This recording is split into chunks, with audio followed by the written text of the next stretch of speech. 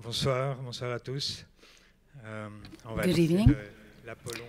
We're going to let Apollo rest at the bottom of the sea or wherever he is. And I'm going to call upon the heroes of this moment, the people who made this instant possible. With so much poetry, emotion, food for thought, so much beauty coming, if only, from the landscape. So we have Nicolas Vadimov, director of the film, and Béatrice Gelbap, who worked with him, the journalist. Nicolas, Béatrice. Nicolas and Béatrice, well done. Well done. Congratulations. This is your third film shot in this area and the Gaza Strip and the area, Lacombe, Aishin, about the region. We can't say that the situation has improved since the beginning of these films. First question about the welcome you received. You got to Gaza. It's an area where there's a war. People talk about life and death, and you come and say, I'm investigating the Apollo because I think it's interesting. How did they receive this, knowing that the Hamas has control over the Gaza Strip, as we saw in the film? Well, we were, well, it was a bit strange, as you can see in the film. When we got there, we didn't think that it would be that complicated to, if only, mention the name of Apollo. The previous film, Aishin, we were welcomed. We felt we were bringing in some oxygen from the outside world, some hope. And in this case, we didn't bring anything. We had a feeling that no one believed we could help. No one felt that a film could help anyone, that foreigners, if only, could be of any help. We were surprised by the reception we got. What about the topic? You were coming for a film, but about a topic that is not directly, let's say, linked to the war situation, the conflict that people live in their daily life.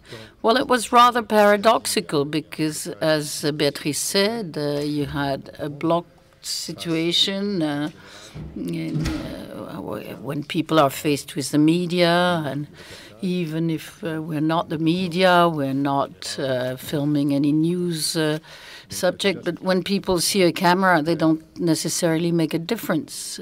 So they lose some of their spontaneity. And even when it's a documentary, you have to explain why you're filming them, that you're not against them. Once you manage to explain that, things go much better. The relationship is much more relaxed. But then when you tell them what you're doing and what you're filming about, you get a surprising reception. They're very proud about this Apollo statue. But it's prevented. In Gaza, everything is prevented. Beauty, history. So people cannot talk freely about the Apollo, even though they would like to, because it's in the hands of the Hamas or in neighboring faction who have control over Gaza. And once you talk about this, people get somewhat tense. You have the impression they can't speak freely, which is the reason why we were a lot indoors. We were filming people indoors so that they couldn't be heard by other people when they were talking about the Apollo statue. It's always very difficult to subtitle a film, but we can see very well that the the significance and the meaning of this Apollo varies and is very varied. Some people feel it's almost erotic, and others would like to claim it as heritage, as history, for a population which is in great need of such a history. When you started this project, did you have all these elements in mind, or did they appear as you were shooting the film? No, we discovered lots of things as we went on. What was obvious for us, I think, is that the Apollo was like a metaphor. We didn't think we'd come back with the Apollo in our suitcase. But it was a way of telling differently and again the story of this country. We thought it would talk about the blockade, and it's obvious. You can see the sea. The sea is like a barrier, like a wall. Everything is closeted. And we also discovered that it was a story. Everybody believes they have seen it, touched it, or starts telling you another story. And this was the interesting part. You could go above and beyond just the region. It's about truth and lies, what is true, what is false. And it was a way of covering wider topics. For the moment, your film was shown in the West Bank, but not in Gaza. So how was it received in Ramallah, for example, when it was shown? And as far as the Hamas is concerned, how do you... What do you think their mind frame is about this?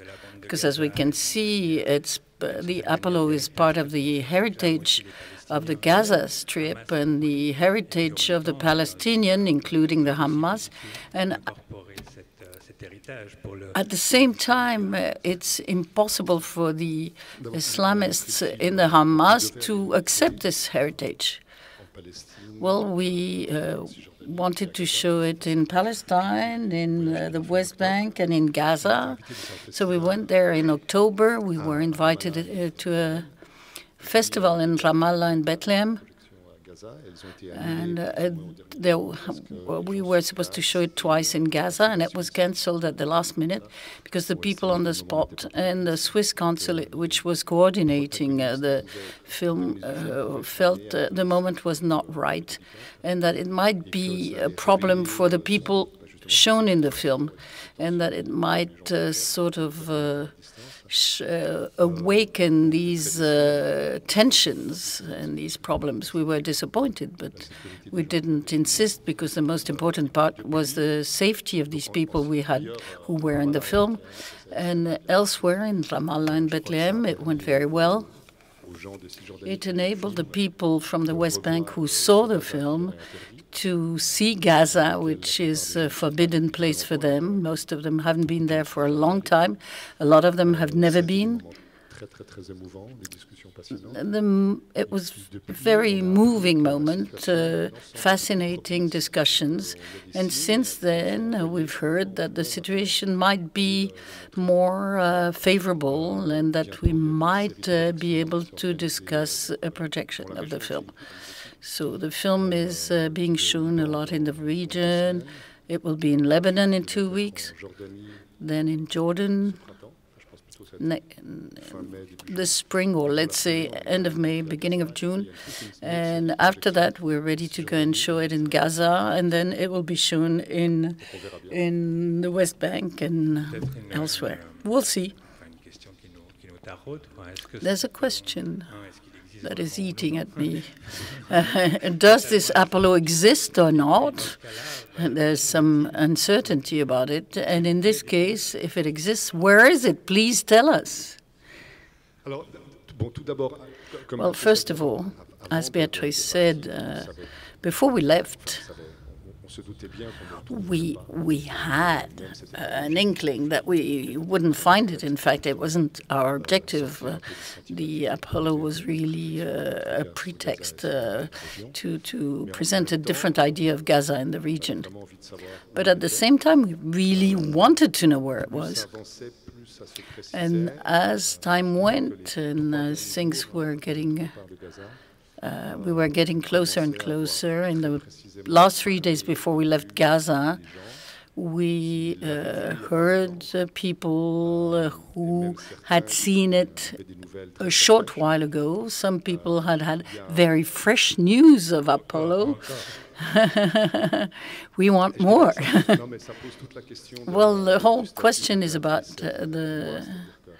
our position with Beatrice. We are part adventurers, but we're not explorers and we're not art traffickers.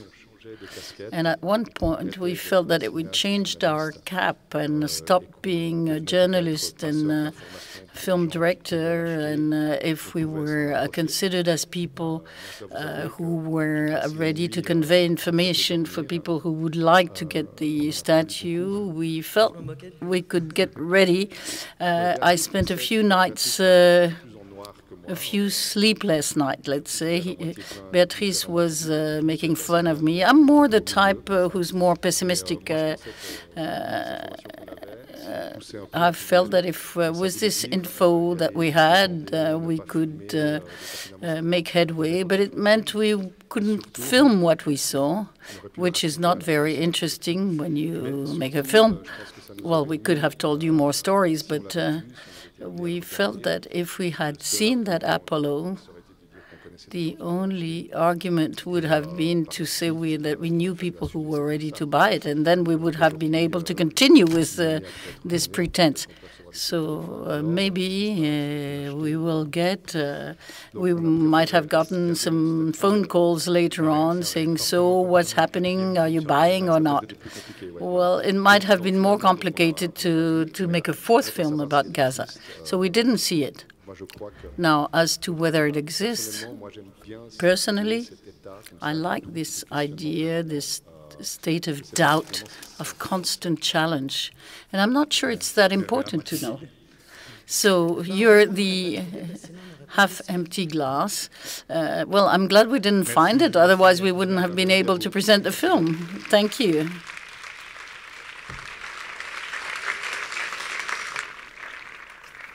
So we're going to continue on this topic with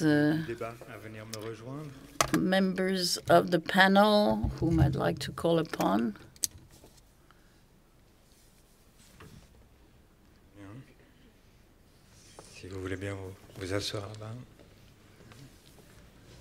Please take a seat.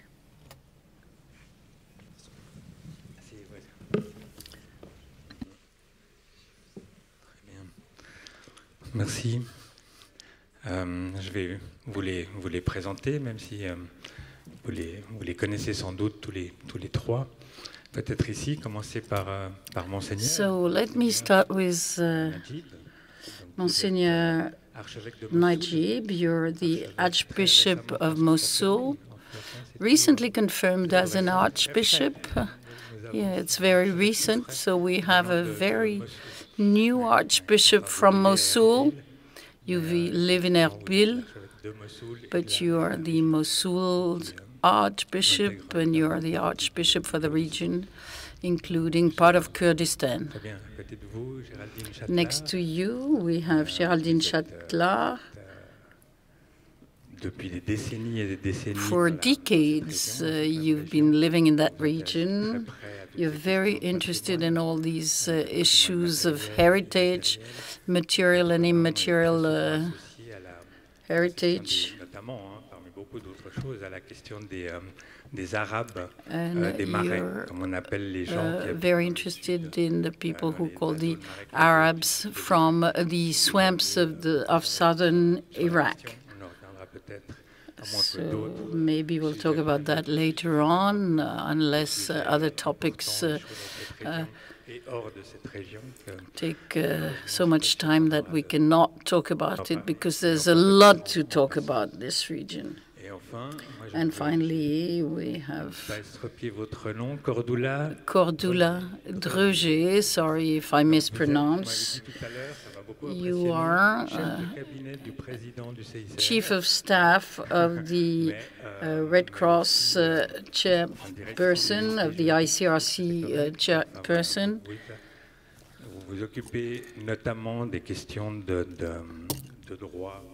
And you're in particular in charge of legal issues. And it's important to know that there is a framework and a long story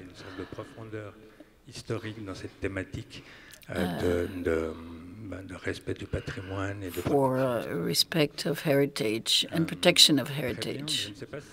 Well, I don't know if maybe you'd like to react to the film simply to start with.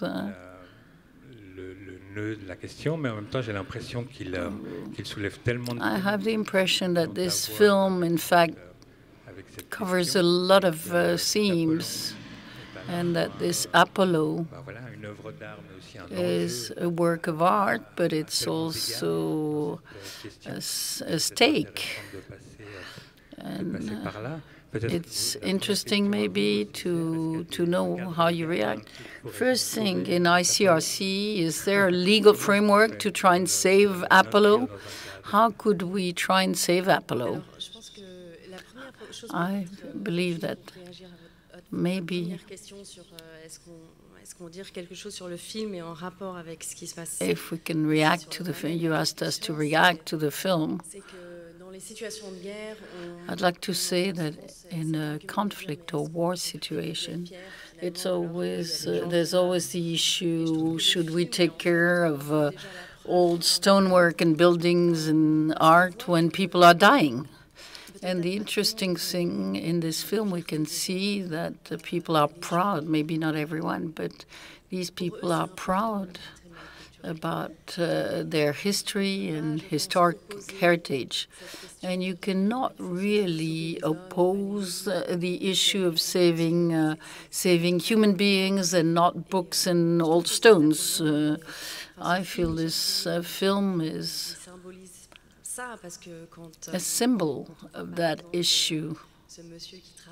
When you see this gentleman who works in the annex to the biblical school, you can see how important it is to him.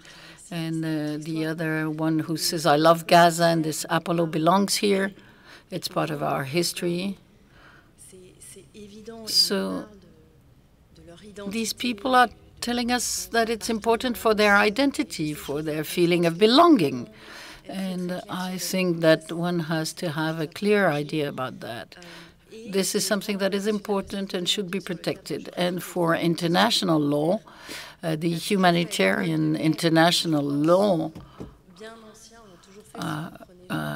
it has always been the case. If you look at Jerusalem, and Saladin instructions were to spare the cultural heritage. It didn't work every time. Well, that was my next observation.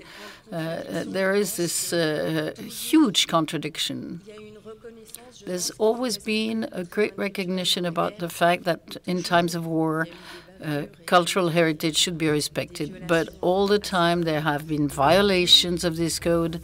And today, in modern international laws, at least since 1907, there's always been the protection of cultural heritage. Then there's a 1954 UNESCO Convention, a lot of protocols.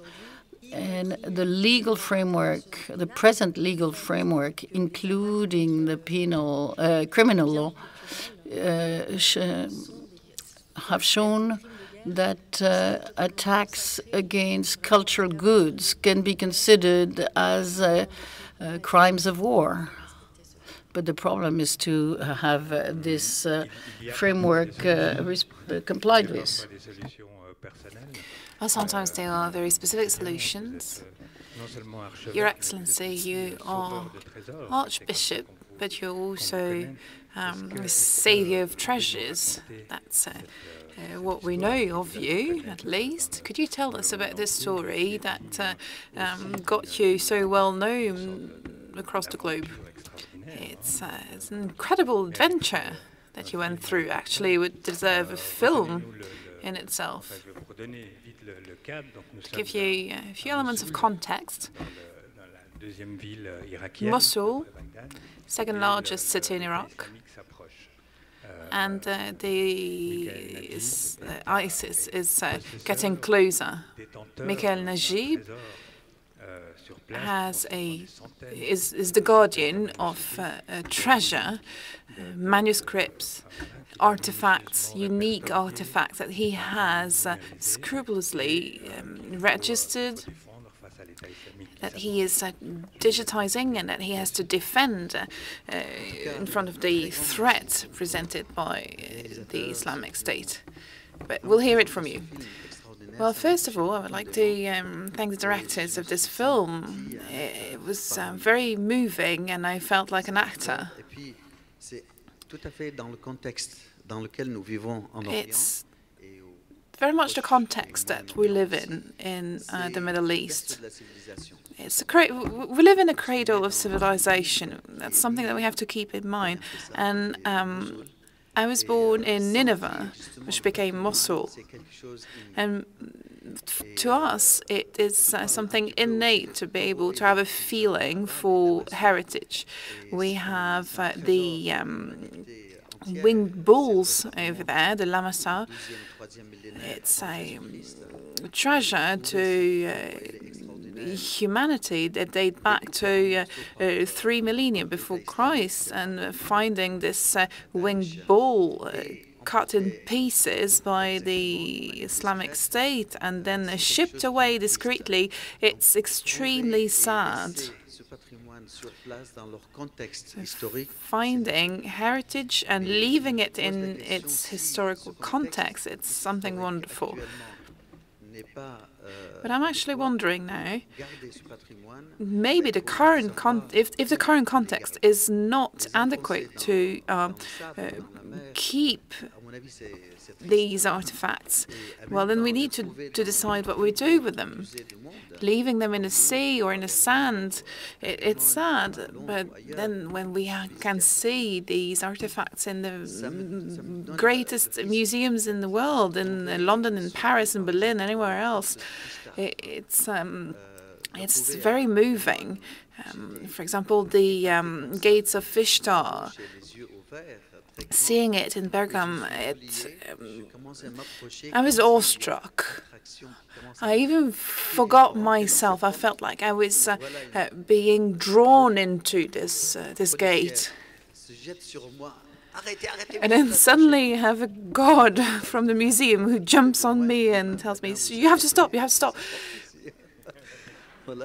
And I just told her, well, someone told her it's his door, you know, it belongs to him. And she said, well, it's a museum. You have to stay away from the artifacts, from the works of art.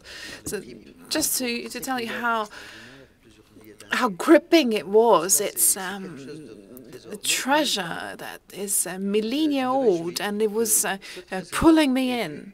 And that's one thing, but on the other hand, I'm very happy that this treasure can be seen by people from all over the world. And I'm sure that if it remained where it was, it would have been broken down into pieces by ISIL. So what is your choice? Well, I visited the Louvre, and I was in front of the Hammurabi stone. So 1800 before Christ, it's written in cuneiform, in Mesopotamian, and God gives the first laws to Hammurabi. The objective was not about protecting human beings only, but also nature, animals, daily life. The Code of Hammurabi is an absolute wonder.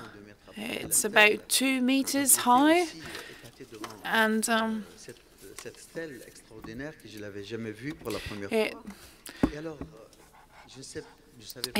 it was very striking. I didn't know what to do, and I just had to bow. Of course, I'm a believer, but I had to bow in front of this stone, and I had to thank the thieves that brought it to the Louvre. I had to thank them. Of course, they're thieves. Thieves are thieves. They do what they do, but that's quite something, taking such a work of art and displaying it for the entire world. I'm from a world without borders. A world without borders. That's what matters. If the stone is in London, in Paris, in Babylon, in Nineveh, it's all the same. What matters is that it needs to be seen and known the world over. And this is what I do for the manuscripts. I have digitized over 8,000 manuscripts, and some of them date back to the 10th and 11th century. They're parchment manuscripts, and when I digitize them, when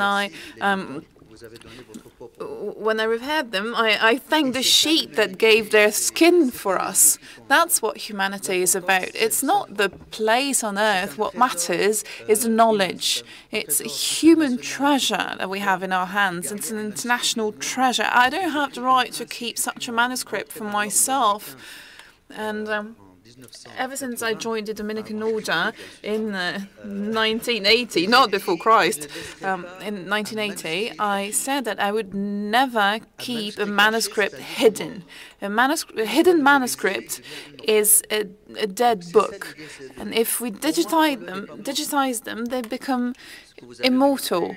In my mind, in your what you've shown in your excellent film is that Apollo is not dead. As soon as we took a picture of the head, it came back to life, even though it was in the sea or in the sand. You know, there's so many archaeologists who came for digs all over Iraq. And these people, they stole things and they brought artifacts back home. And you should know that all the artifacts in the world, in the museums in the world, you have about just as many in the riverbed of the Tigris River. Because back then, these archaeologists or these thieves that found artifacts put all their loot on boats over the river to ship them back home. So the most beautiful works of art that we have in ancient Mesopotamia can be found in the riverbed of the Tigris and the Euphrates. And a foreign company that I shall not name even proposed to clean the riverbed from north to south. Of course, they meant well. And they said, we'll do it for free. Your river is going to gain international status. It's going to be great for tourism, but we take everything that we find. And Saddam, despite all his flaws, didn't agree with that. So, in my opinion, heritage is not only local. It needs to be protected, and it belongs to humanity at large. And it is important for us now to go beyond borders, religious borders, traditional borders, tribal borders, local borders, and create a better world, an open world of culture. That's what art is about. Art has no borders. Music knows no borders. History knows no borders either. And I hope that we can create a world of peace, a world better than we have today if we can all work hand in hand. Thank you. Géraldine Châtelard. en s'envoyant des messages. When we prepared this discussion, we said that, well, of course, you have all stones, but that's not the only thing that matters. You have also intangible heritage that needs to be protected and integrated in the discussion on heritage, world heritage. So I had to look it up. I looked up the list of this intangible heritage that we need to protect. And in the list you have the Jamal Fnas Square in Morocco. Not so much for the premises themselves, but for the life, the culture that can be found on it. The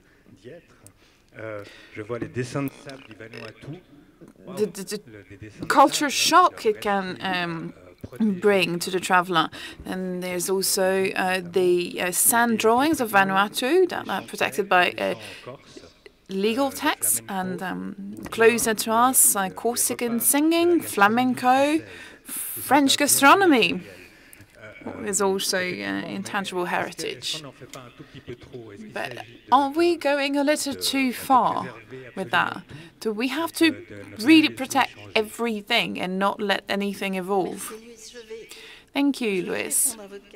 I will answer your question, but I will choose my own angle. First of all, Nicolas and your team, thank you very much for this film. I've already seen it once. It was a pleasure seeing it again. It's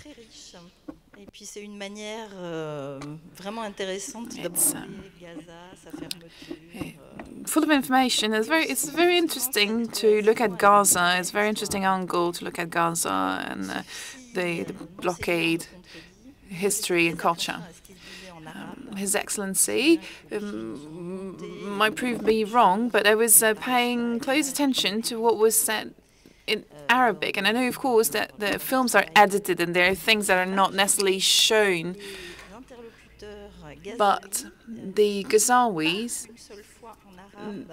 never use the word heritage in Arabic, turaf.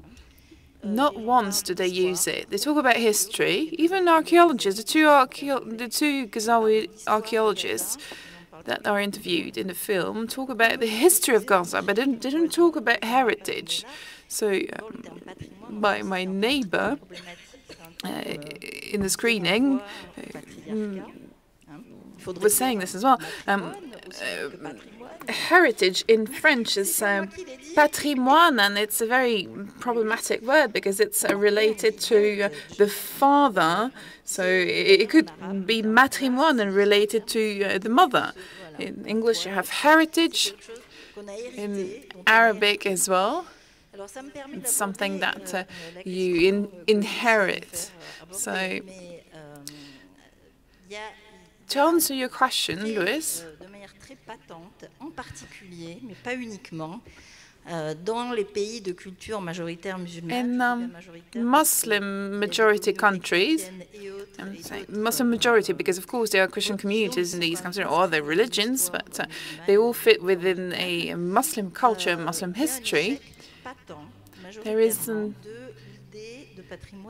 obvious failure of this idea of a universal heritage. It's not the only countries where the concept doesn't sell, but it is quite obvious. And I'm actually wondering why it is such an issue for the populations. And I'm not talking about the elite here, because in Nicolas' film we see mostly elites. And for run-of-the-mill people, this polo is not heritage. It's above all an artifact that can be sold and that has a value. So my question is, why is it so difficult in these countries to make the common people agree with the idea of universal heritage? if we look at the legal framework, there is the 54 Convention of The Hague that protects cultural artifacts. You have World Heritage Convention by UNESCO, other conventions as well that protect cultural artifacts. And heritage, the definition of heritage in these texts has been heavily criticized as European-centered. I'm not even saying Western, it's European-centered. It's material artifacts, it's monuments, it's a definition of heritage that is very objective and has been drafted by historians, archaeologists, experts, and so on. But do we all agree with this definition? For many people who are not members of the elite, including in Europe and in the Western world, does this definition mean something? Does this definition include everything that's part of the common culture that they have inherited and that they continue to disseminate? There is a whole part of heritage that is not written down in these texts. Heritage can be universal, but it can also be individual. This is This was the starting point for the development of the concept of intangible heritage in fora such as UNESCO. So in 2003. They recognize that intangible heritage has value. It does not have universal value, but it does exist. All human population groups, all human society have their own culture, things that they want to give to their children, and this heritage deserves to be recognized to the same extent as material heritage, monuments and so on. This is where it all came from. Intangible heritage is not written in, it's not included in international humanitarian law. What can be protected is the places where material, tangible heritage artifacts are stored. So it's not about protecting French gastronomy in the case of a war, nor protecting the sand drawings of Vanuatu, but if the local people want to promote this heritage, they are allowed a certain degree of attention, especially in the countries where it is from. But what is at stake here? Isn't there a heritage rush? People want UNESCO to recognize their lifestyle, and there can be many different political arguments behind it. It's very difficult to catalogue intangible heritage. But the world heritage is also a very political heritage rush. Heritage is political. Both tangible and intangible heritage is political. It's extremely political, highly political, because we use it to claim power, to contest power. It's even so political that there are armed groups that destroy it. It has political value, and that's actually why people destroy it in some cases. And there's also natural heritage. It's another type of heritage. We can also, of course, say that there is heritage inflation, if you will. And that's inflation on the very concept of heritage. Let's take a very concrete example. What happened in Palmyra and around Palmyra during the war in Syria. Les batailles qui avaient lieu à cet endroit suscitaient d'abord beaucoup plus d'intérêt.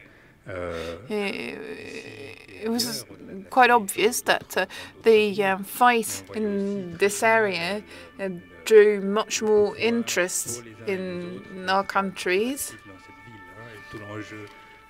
And there was a symbolic stake for the fighters. So maybe that's a question for the ICRC. How do you manage a situation like that of Palmyra? Once again, it's not about choosing between human lives and heritage, because the two go hand in hand. But back then there was a situation of emergency, because that place was chosen because of its historic importance, its significance. So what is the priority of the ICRC in that sort of situation? Well, the Syrian government tried to save as much heritage from ISIL.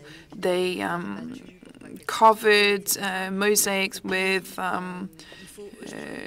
soil just so that ISIL wouldn't find them.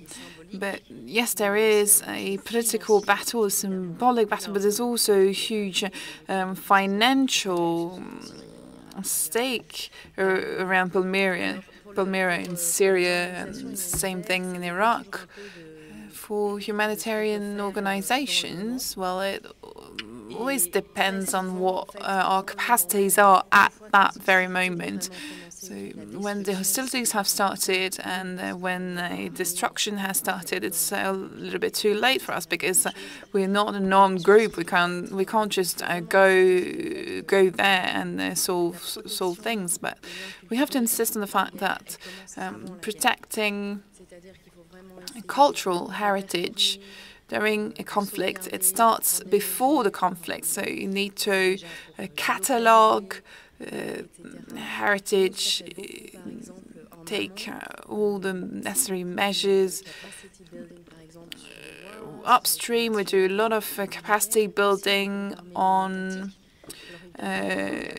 legislation, on the capacity of the army, for example. We also work with armed groups. There are armed groups with which we can engage in discussions, others that we don't have access to.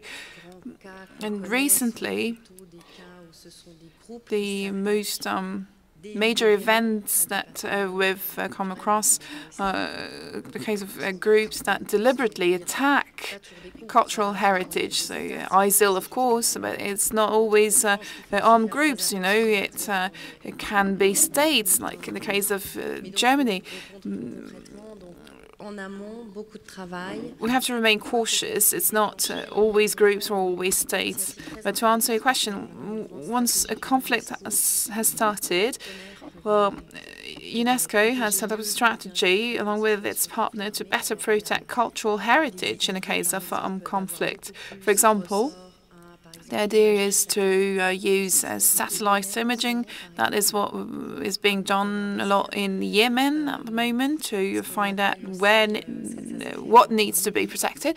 That's also what has been done in Libya.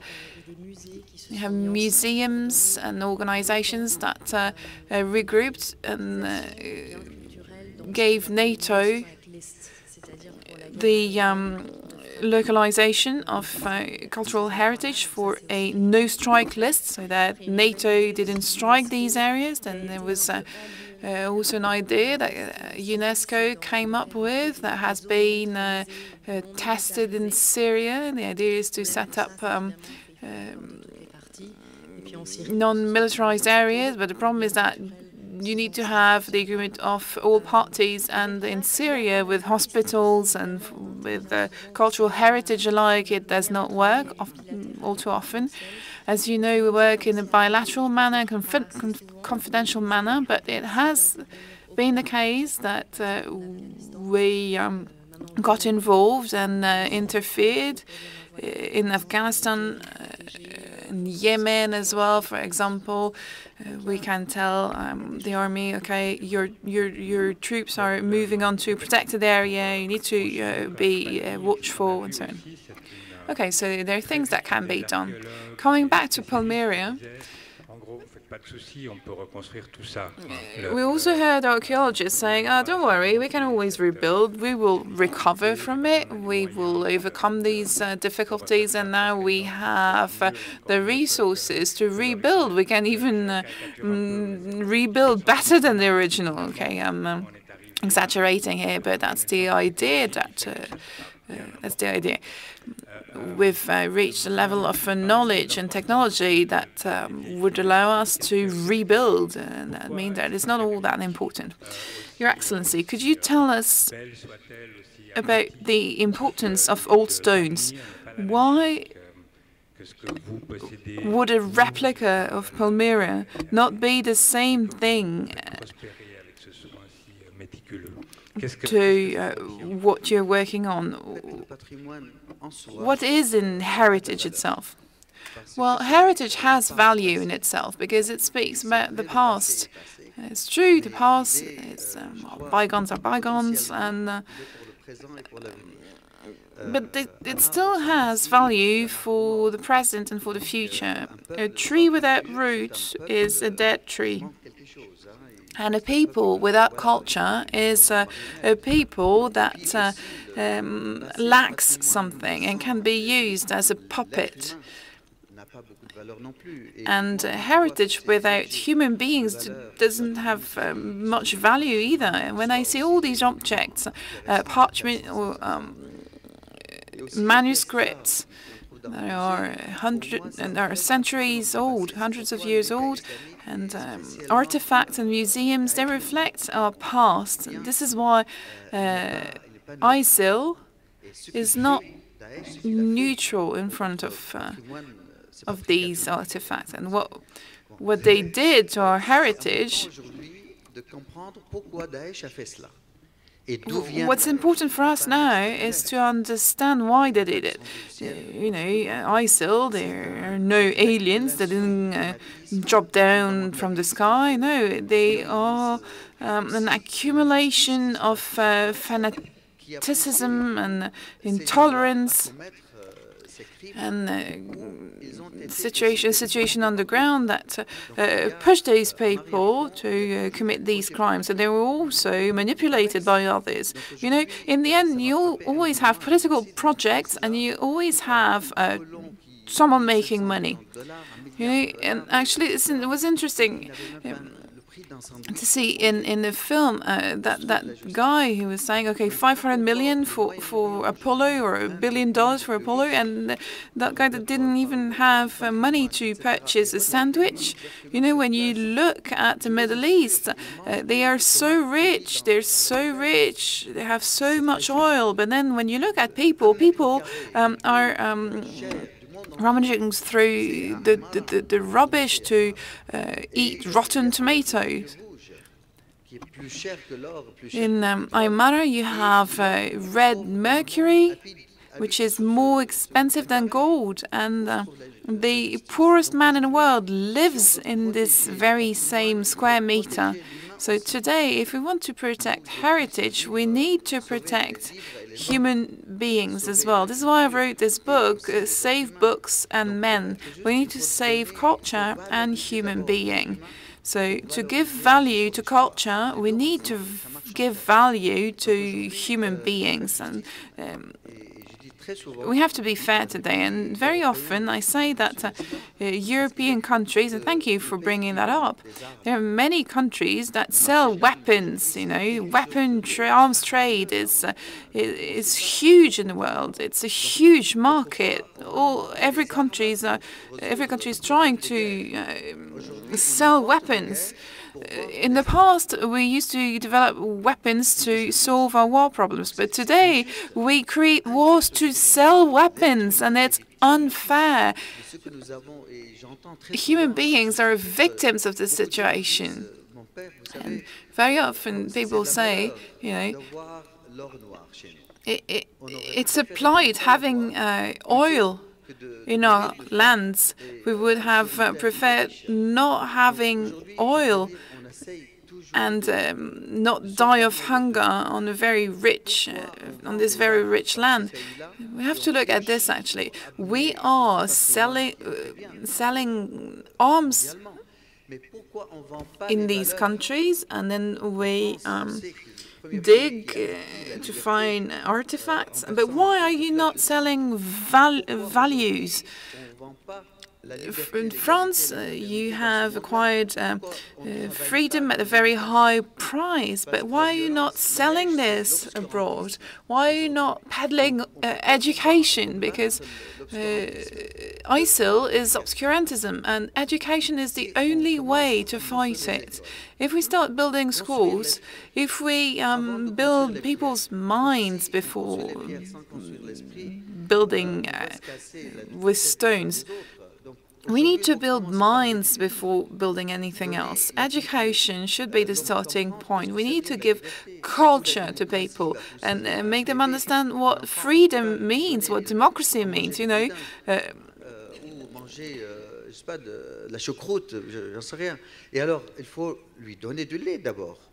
A baby, you know, you can't give them complex meals. You can't give them a sauerkraut. You need to give them milk first. And it's the same with education. You know, we need to stop talking about Muslims or Christians or Jews or you have it. No, we need to talk about human beings. We are prisoners of our past. And ISIL, you know, they are poor Muslims and they are caged in this ideology. And if we want to help them, we don't help them by killing them. We help them by educating them. You know, instead of telling them that they have to cut off the hand of a thief, you know, you have to tell them that there's something else. We can educate the thief, and education will contribute to building a better world. But the problem is that beyond all that, you have profit, huge profits, millions of dollars. And if there were no buyers, there wouldn't be sellers. So we have to understand the situation. We need to feed these people before filling up pockets.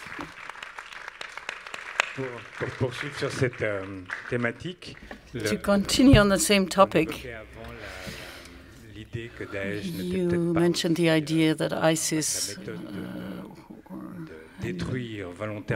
Daesh and their method of destroying these artifacts on purpose. It was not something unheard of, but they made it their brand, really, it is their will to eradicate this heritage. But don't you think this is a game because they know that this will provoke a certain reaction in the world? We we feel it is terrible, and therefore we encourage them to continue with this fool's game. So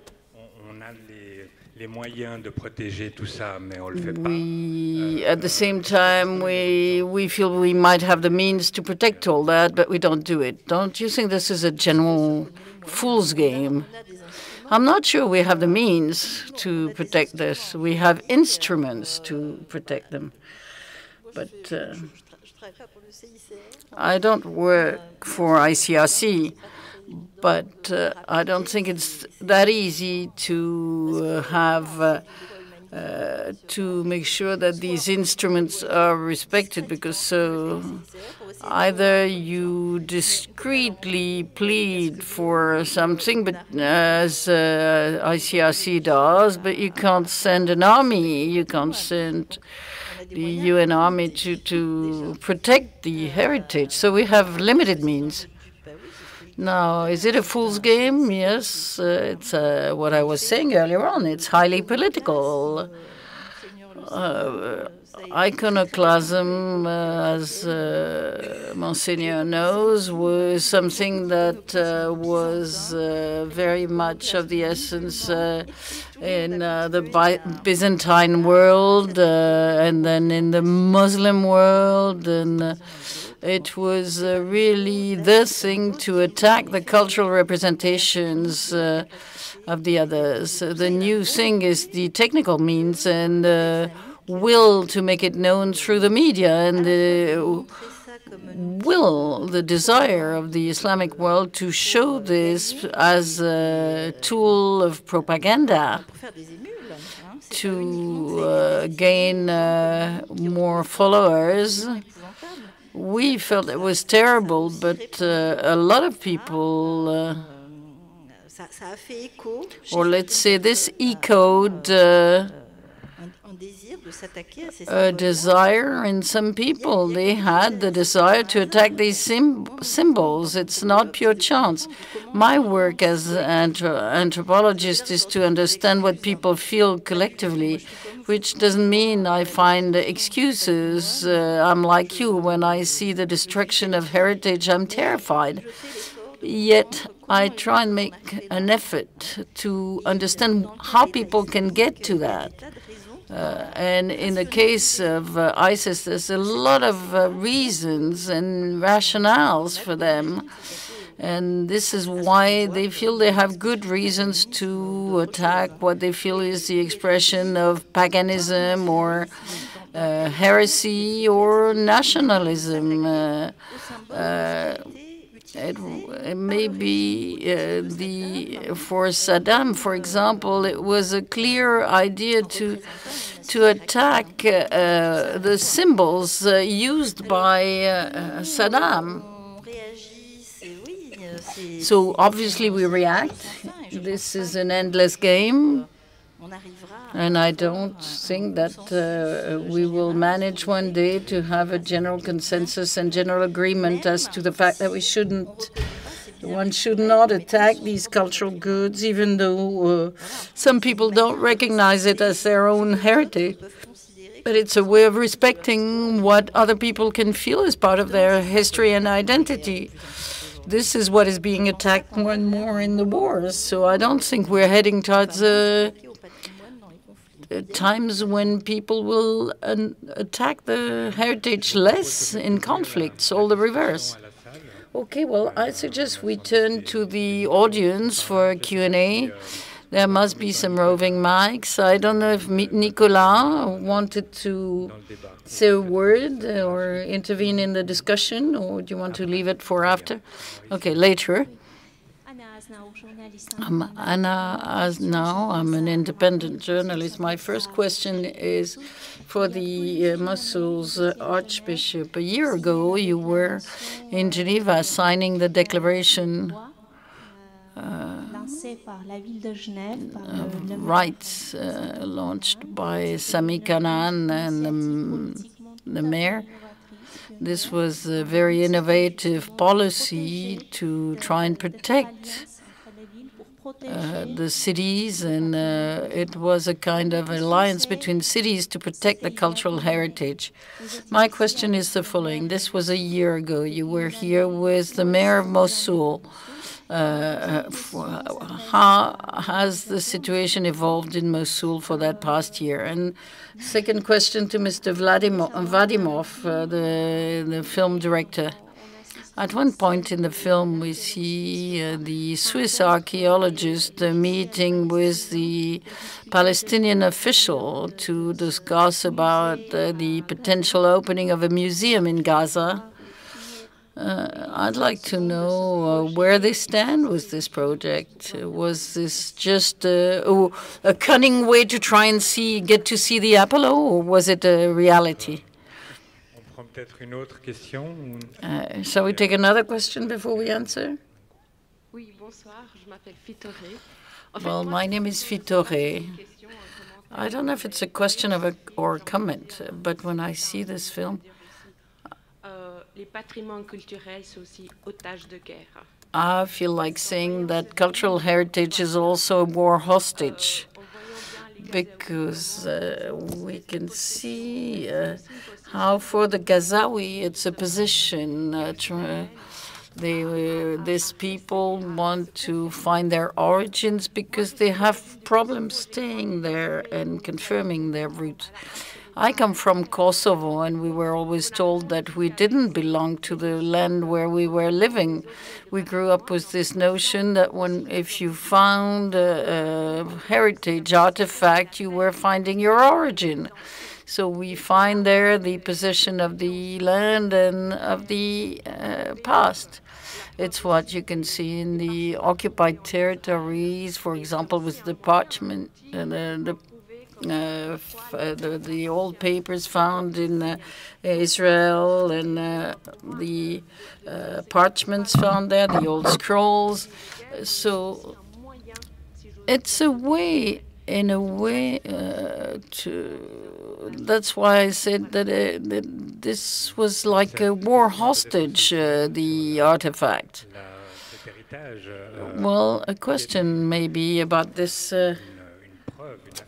heritage, which is an assertion of the belonging of a people to a land, an immediate and obvious, undisputable connection. What weight would you give to that issue, not as a legal expert, but as what happens in a conflict?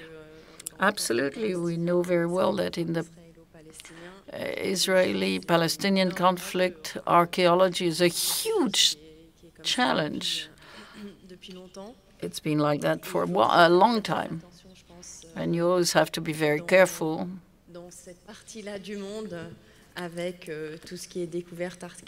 In this part of the world, with all the archaeological discoveries, you have to be careful about who claims them.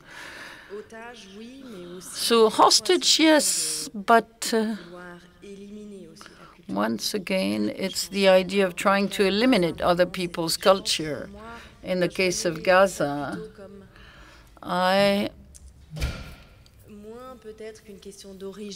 for me, it's not so much an issue of origin. It's true that some people mentioned it, but in my opinion, it was in a way the pride of people saying, you see, even with the war, even though we may be impoverished, even though we may be deprived of everything, there is beauty here.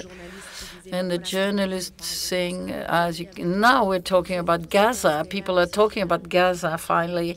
So there is this whole aspect which I felt was important for people in Gaza,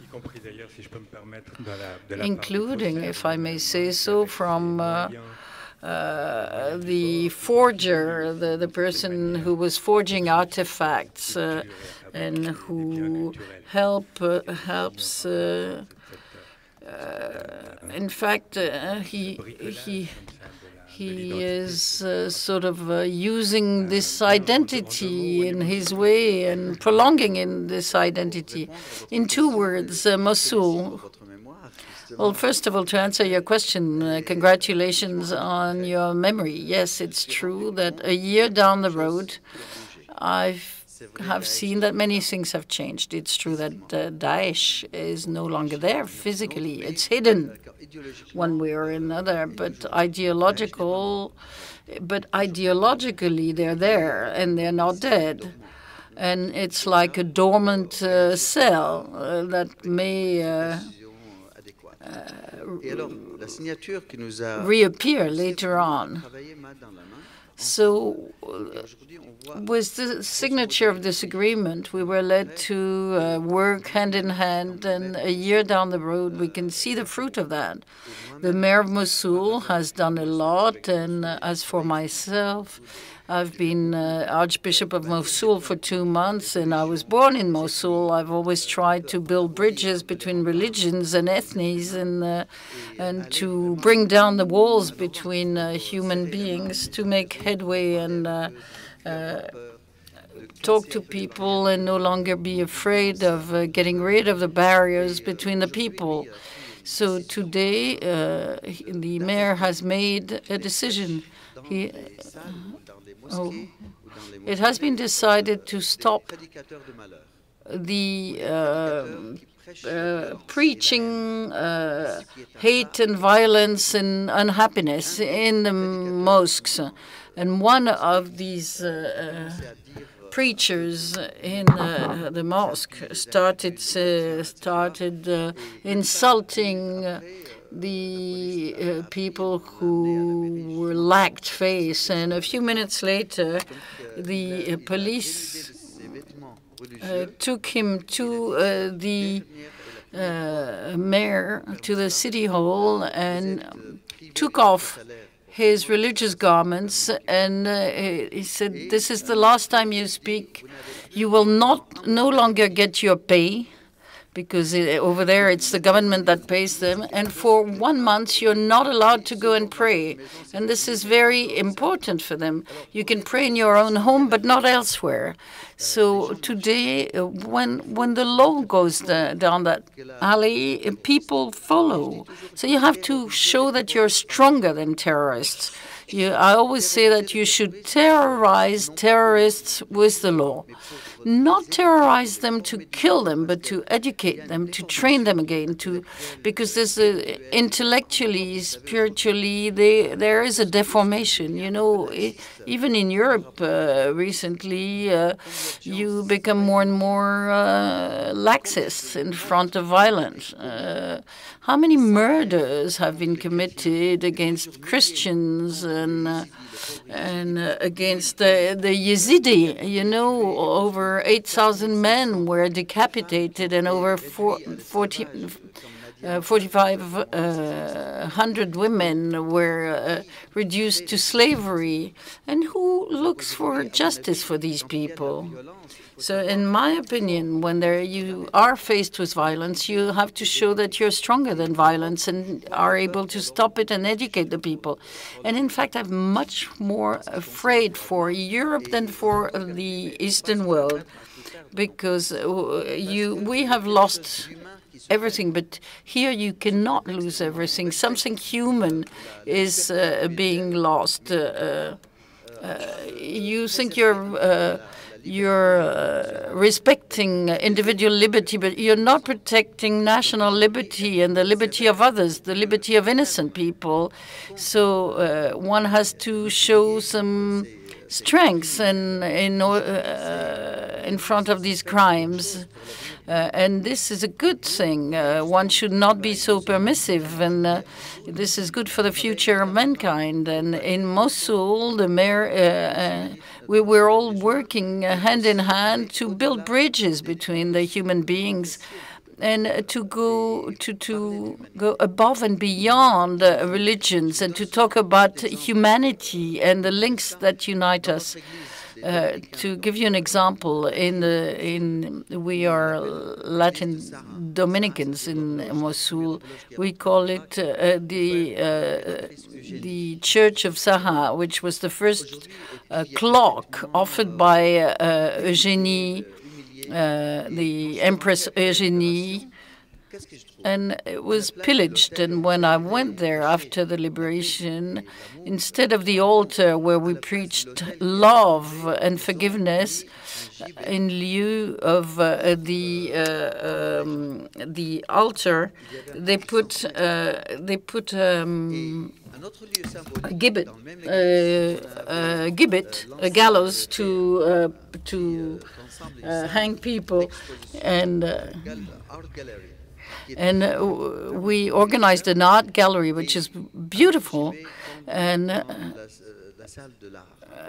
there was also another gallows in the art gallery, which is very significant. They replaced the spiritual elements with something where they would hang people and kill the freedom of thought. And they replaced spiritualism and art with that. We all need spirituality. You cannot say that you're faithless. If you say that you're atheist, you recognize per se that there is a God. You need rest. You need to rest. You need calm, quiet, and spirituality to recognize what is important in the world. Pardon?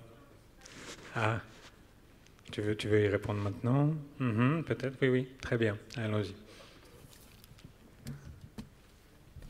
Voilà, merci. Thank you. To answer the question about this museum, this is a project that really existed. In 2008, there was an exhibit which was called Gaza, the Crossroads of Civilization here in Geneva.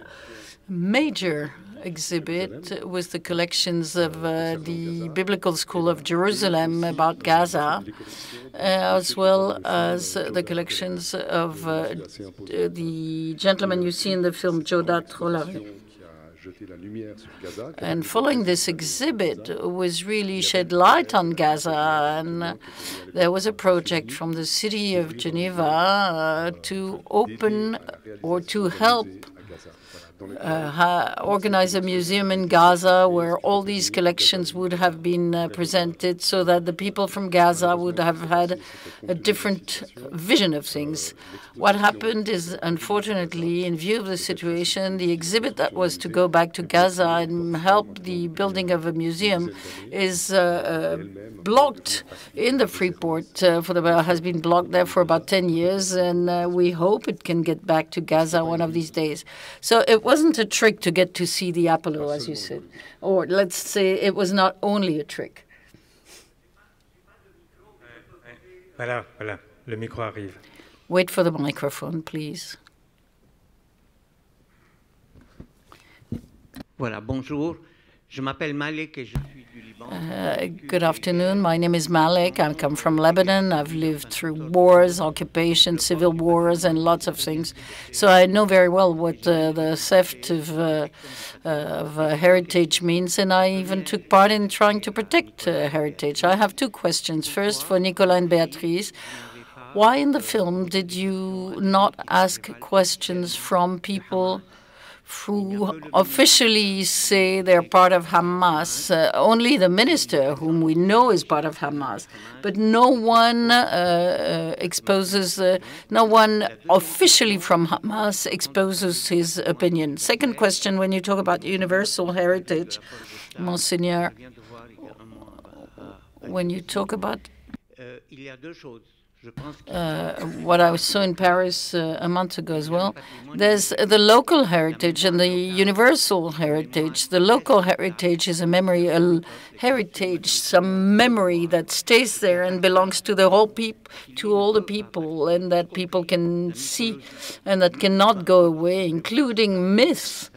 It doesn't matter if it's true or not. It's important. But the universal heritage you mentioned, which is in fact protected in the major museums in Berlin, London, or Paris, only belongs to an international elite. It no longer belongs to the people and to the local culture.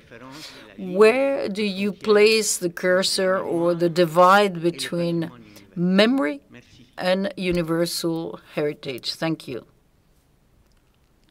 Il faut y répondre. Who wants to answer? Géraldine. Well, thank you for this question, which really resonates very much with me. It's true that there's a local memory which has a different connection with artifacts and objects. Let's take the example of the Babylon. On the Istar Gate in Iraq, everybody knows it. There's a reproduction, a smaller reproduction at the entrance to Babylon, but everybody, including uneducated people, know that the original gate is in the Berlin Museum, the Pergamon Museum. But at the same time, some people live in Babylon on the site. Some villages are living there. And at present, the Iraqi government is trying to have this Babylon site classified in the global heritage, because it may be surprising, but it's not on the list. There are reasons for that. There have been previous trials. It didn't work. I'm not going to retrace the history. But it is an issue because some people are living there. There's two big villages on this side There's a village that went there at the end of the 19th century, beginning of the 20th century. They were the workers helping out the Germans who were excavating there. And, well, they started living there, and they're still there. So now when you prepare a file for designation to the global heritage, they say, well, it's a problem. You put it outside the site, but under the village there are Babylonian antiques, so you should evacuate the people, which you don't do anymore because it's not politically correct. But 20 or 30 years ago, this is what was done. You threw the populations out.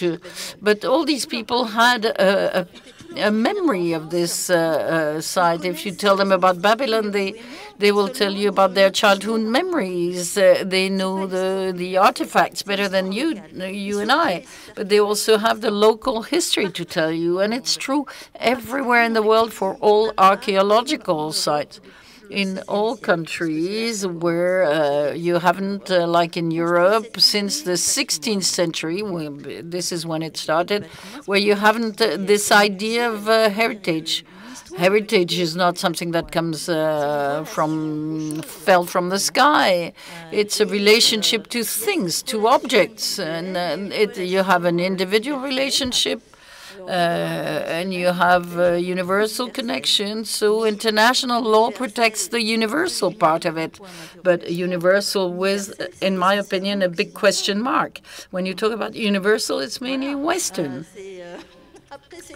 And then it's a different discussion that could take place, which would be take much too much time. But in my opinion, this is the very core of things. I disagree with the way in which Nicolas talked about Gaza's heritage. I feel that for 99% of the Gaza people, this statue is not their heritage. It's part of the history of Gaza. It would have to be proven if it really comes from there. It's maybe the history of Gaza, but it's not their history. So you have a lot of things that come into play, really. You could discuss this for hours. Well, here the director is attacked on both sides for heritage and Hamas. Well, first of all, a very important thing. It's not the way in which we talk about it. It's the way in which they talk about it. It's very different. We were shooting a documentary. We didn't take their history and use the voiceover to explain or the things in our way. It's the way in which they see that. And to me, this is very important, and I believe it's also important for Beatrice. We do not have a specific opinion to know whether this statue is part of Gaza's heritage or is it part of the Hellenistic heritage. Does it belong to the Phoenicians? Does it belong to Islam, to Judaism? In my opinion, this is not very important. This statue was found, in my opinion. The way in which we present the film, it doesn't have much significance. Maybe it has for you, but not for the film. This statue was found in a given geographical place, which at that point corresponded to what people wanted to see or hear, or maybe not see, as they cannot see it, but they felt that they wanted to buy into it and to have it belong to them, and no one can take it away from them. This is the way I see things. Now, to answer Malek about Hamas, you have your answer in the question. We saw someone from Hamas, the person in charge of antiques in Gaza is the person we saw. So we wanted this official voice at that point. It is in the film. It's worth what it's worth. But you cannot get people to say what they want to, what you want them to say. They say what they want to say at that point. And then there's another thing. We would like things to be clear, but very often it's a gray area. The statue is not in the hands of the Hamas or an armed group, an armed faction. It's sort of halfway. And the border line between the Hamas and the brigades is very flimsy. And we are not police, we're not agents of the Mossad, and we're not adventurers. So getting very close to the statue is getting very close to the brigades, who are the people most sought after by Israel. So the closer we got to the statue, the more suspicious people got. They were saying, why is this statue so important for you? Is it the people who hold it who are important for you? I have a word for Malek. Thank you for your question. Let me give you an example, which is really a personal history. There was a small team of French people who came to visit the site of Nineveh. And to get to the walls, you had to cross a small ravine, and I found a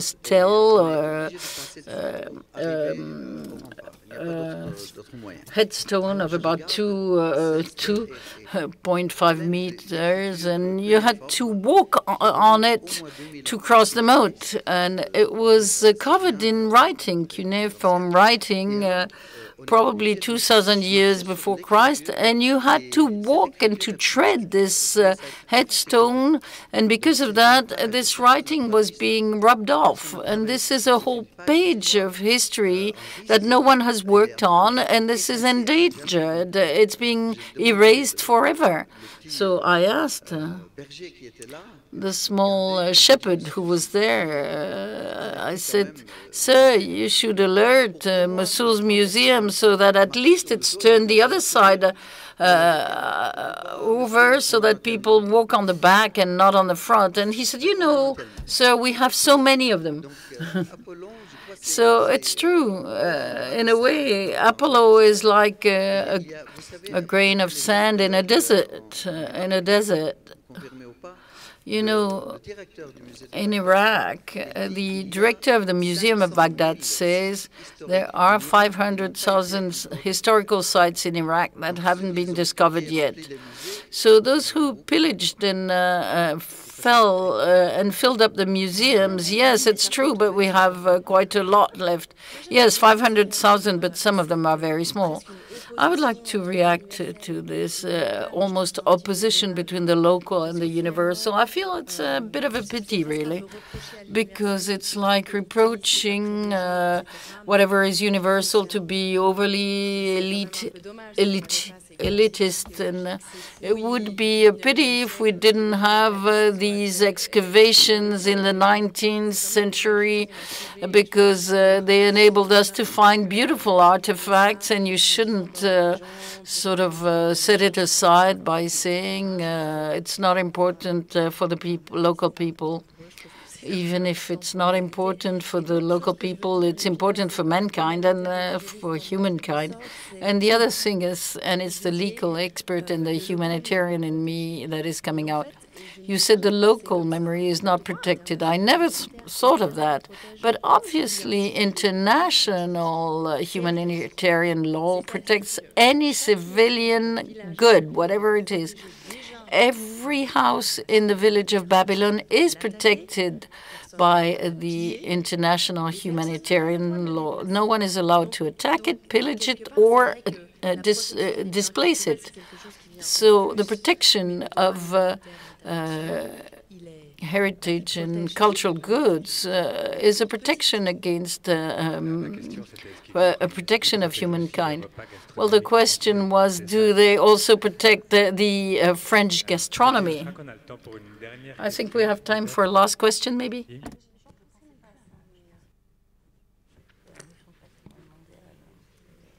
Merci. Benoît Chalon, chercheur universitaire. Thank you. I'm an academic. I have a question and a comment, rather, on the question of universality. Here we are focusing on how heritage, tangible or intangible, can be protected. And I have to say that I fully agree and I fully subscribe to this critical thinking about universalism. I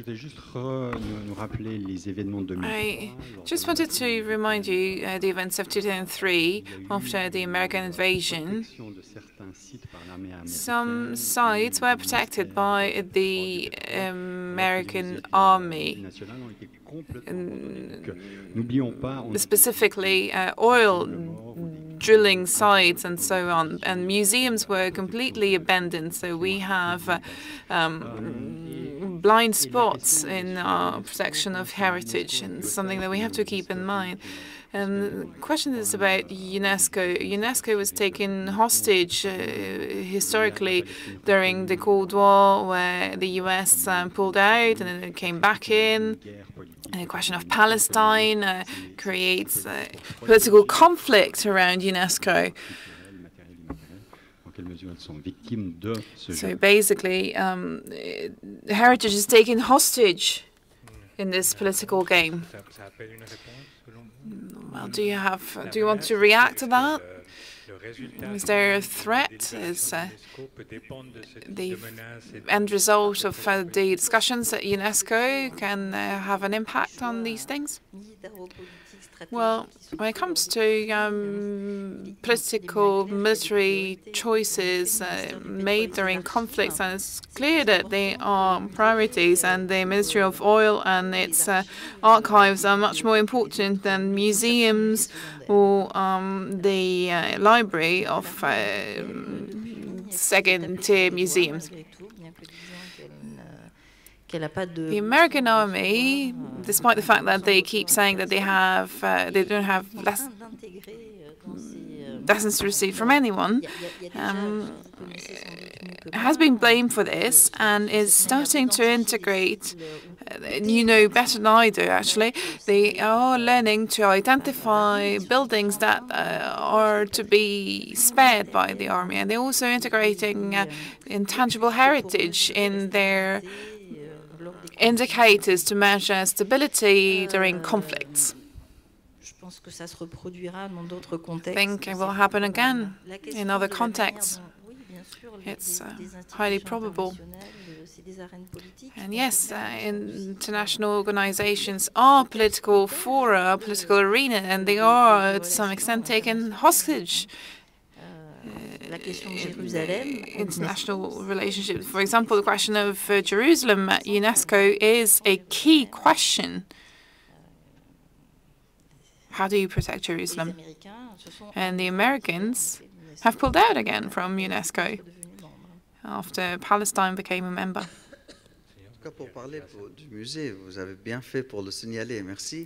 Talking about the museum, it's actually a good thing that you brought it up. I had a very good relationship with the director of this museum who died, who was assassinated later on.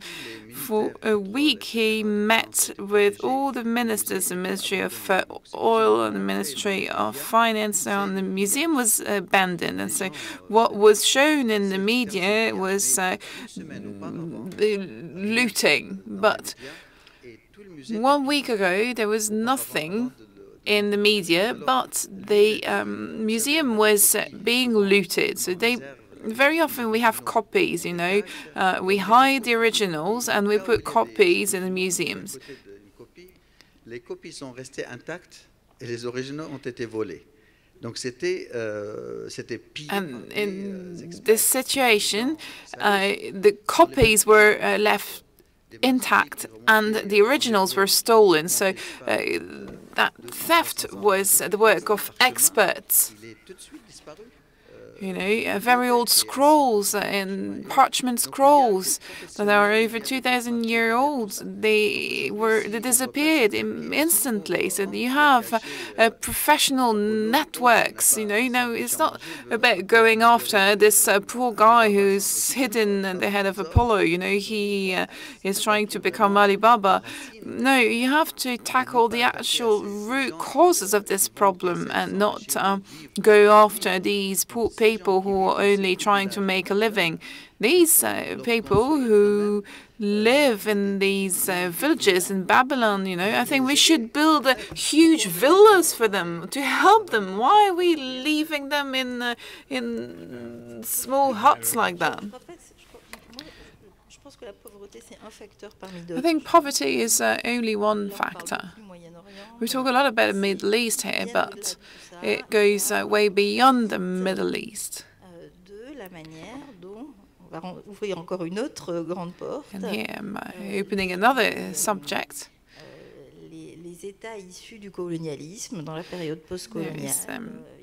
The issue of colonialism, and especially the post-colonial times, we've failed to create an idea of a common heritage. It so happened because the political regimes were not the right ones, and when you have a top-down approach to impose an idea on a group of countries that, well, there is this universal heritage and you don't recognize local heritage. You know, heritage in these countries, it's a very authoritarian concept. So it is contested from many places. And Gaza is very specific. Palestine is very specific. These places have their own history. But these post-colonial countries, you know, it's the same situation. You know, in the Middle East, in Iran, they don't have this issue because in Iran, they've never had any trouble defining their local heritage. You know, there's been the Islamic Revolution, but at national level, you know, in political speech, they can combine the idea of a very long history and respecting heritage, Kemetic heritage and the Islamic heritage. It works in Iran, but in other countries, it's not working so well. So we need to work on this for people to be able to say, this is our heritage. You know, I've been living in Jordan for 25 years. It's a stable country. It is the antechamber of conflicts, but it's a stable country, and there is an issue with heritage. And it stems out of the very nature of political power. Does political power integrate various historical elements in the concept of nation? You know, we did it in the West, but defining heritage and building heritage is constant work. And if not everyone can be involved in the conversation, then it makes it difficult to identify what is actually heritage. So poverty, yes, plays an important role, but it's not the only factor at play here. Thank you. Well, thank you for giving us so much food for thought for other or future editions of the festival. I would like to, first of all, thank the film crew and our speakers. We will leave it at that for this session. Thank you very much for joining. Le film sera en salle à partir du 27. The film will be on screen starting from next Wednesday, the 27th, if you want to invite people to see it.